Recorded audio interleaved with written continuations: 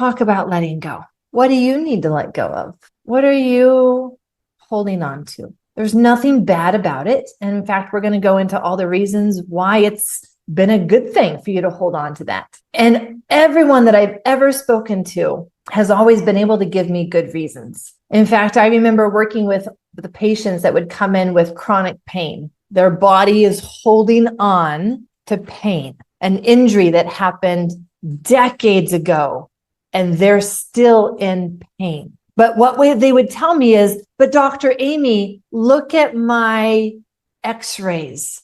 You'll see how messed up my body is. You'll see why I should be in pain. You'll see why I should still be in pain. That is the language of holding on. And here's what I want to share with you. This here is my shoulder. I broke my collarbone the first time in 2013. This is after that first break. It's not healing. I asked them to do surgery. We do surgery. We put in these plates. And then I break it again. Now I can look at this and I can say, I have reasons to still be in pain. I have all the reasons or excuses.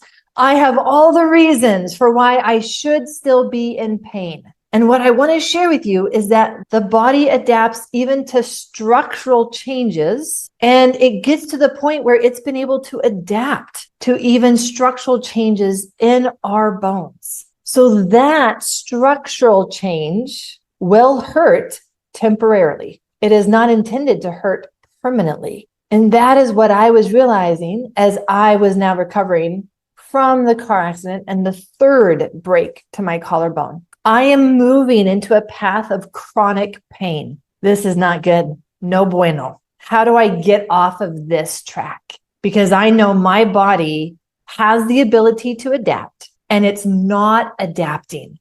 It's staying stuck. And isn't that what letting go is, the releasing so that we don't get stuck? But as long as I am holding on to something, I can't move in a forward direction. I'm still holding on, and I can only move as far away as I can still hold on to whatever it is of the past I'm holding on to. So what do we hold on to? Why do we hold on? And as you are thinking of something that you think that your body, mind, biology might still be holding on to, let me share with you some of the biggest reasons that I see for why our body holds on. One of them is holding on to regrets.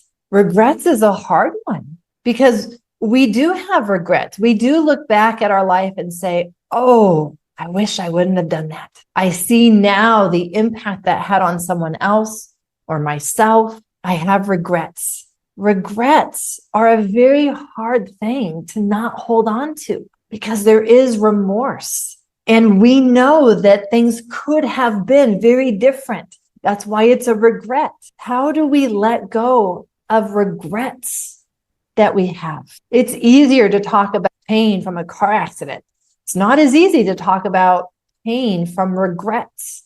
But this would be another reason for why people will tell me, but I should still be in pain. I still regret what I did. As we look at something that we regret from the past, where do you notice that showing up in your body? I notice it in my heart, in my chest, this bracing. For me, it says bracing. I feel my shoulders wanting to come up.